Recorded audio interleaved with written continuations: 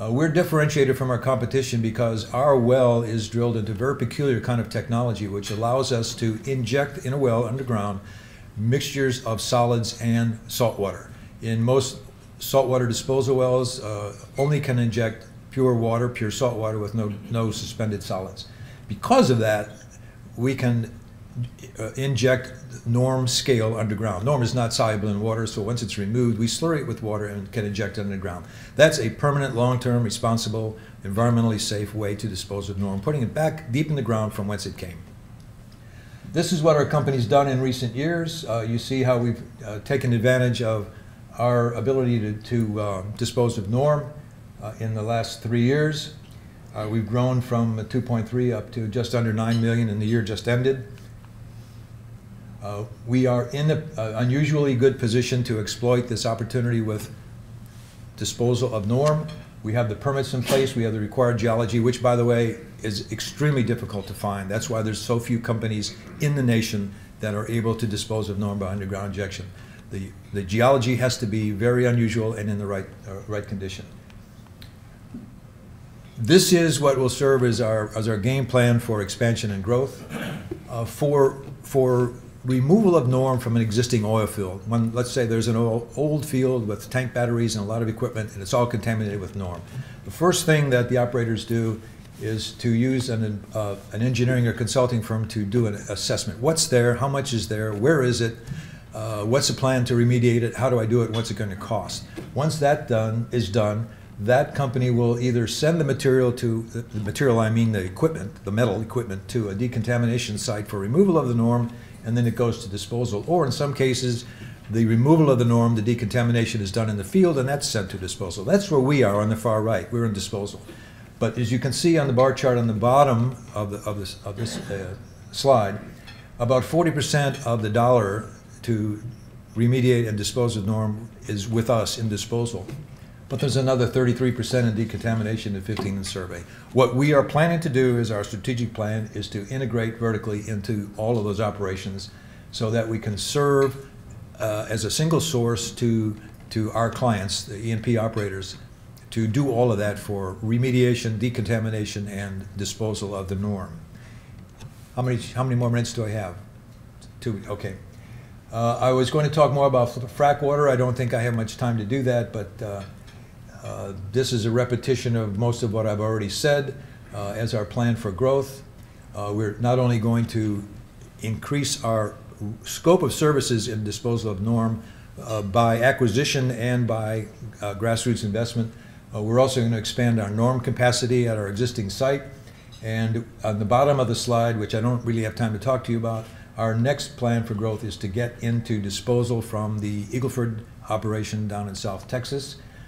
This quickly shows you where the shale gas operations are in the country. The yellow squares are where we are now.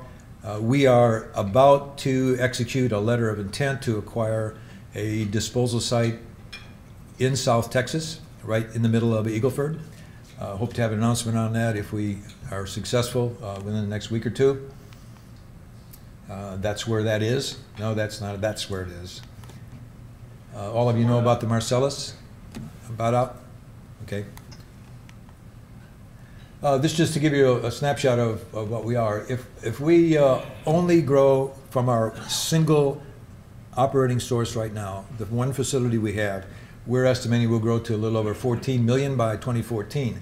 But if we implement the strategies that I described to you by expanding our scope of services in norm, by acquiring one or more additional disposal sites around the state of Texas or elsewhere in the Gulf Coast area, we're projecting we can grow our company to over 37 million by 2014.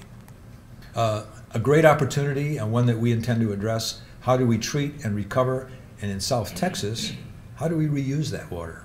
Water's not so precious in the Northeast. Comes easily, but in South Texas, it's an issue. So we'll be looking at that. Yes?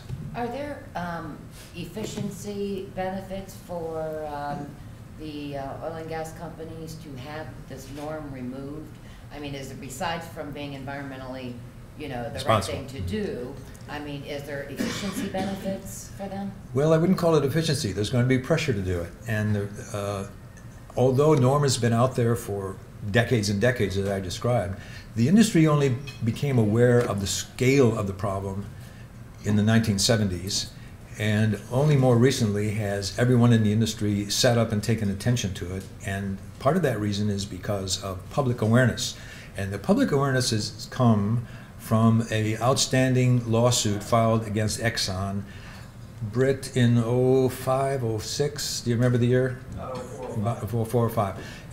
There was an independently operated facility across the river from New Orleans that was bringing in piping that was all contaminated with norm scale. They were physically scraping the scale out of the piping, but weren't paying much attention to where it was going. So they seriously contaminated a number of acres around there. When local folks found out what they were doing, that there was radioactivity in that material, it didn't take long for a group of attorneys and a group of public to file suit. The first judgment against Exxon in court was $1.2 billion. Exxon has appealed that numerous times, and we understand it finally settled for $168 million in punitive and compensatory damages. But that is now well known throughout the oil and gas industry and is causing people to pay attention to your question, what are we going to do about this? One quick thing, if I can just have a couple more seconds, is, okay, that publicity has led to other things, and by talking to attorneys and law firms that are involved in this, we've learned, this is up-to-date information. Right now, in the state of Louisiana alone, there are 44 such lawsuits against people who have contaminated soil with norm. The other thing I wanted to mention is that in our business, receiving waste materials from oil and gas companies, we've been receiving norm that's been removed from material from certain clients because they have sold their leases to another operator. And it's now become clear to us that this is becoming part of due diligence on purchase and sale of property or even transfer of leases. So environmental agency is now getting more involved. The answer to your question is there'll be public pressure, there'll be environmental agency pressures, and concerns about getting rid of this material. Yes, there's a question in the back. Who are the majority of your clients? I mean, are they drilling contractors? Are they the oil and gas companies? Are they service companies? No, not the service companies. The drillers themselves, the E&P companies, the operators, and you would recognize the names. I don't know if we have it. We have a handout to give you, and I don't know if there's a slide in there, but most of the names you will recognize: Petrohawk, XTO, ConocoPhillips. ConocoPhillips, EOG. EOG. Keep coming, Britt. Before I get off the stage, I have to introduce Britt Brooks. Britt's the executive vice president of our company. He's the founder of the company and a member of the board. And he is the individual who's most responsible for our getting involved in norm. He had background in the E&P business, and he knows the subject well. That's why I keep calling on him to come up with statistics that I don't have in my head.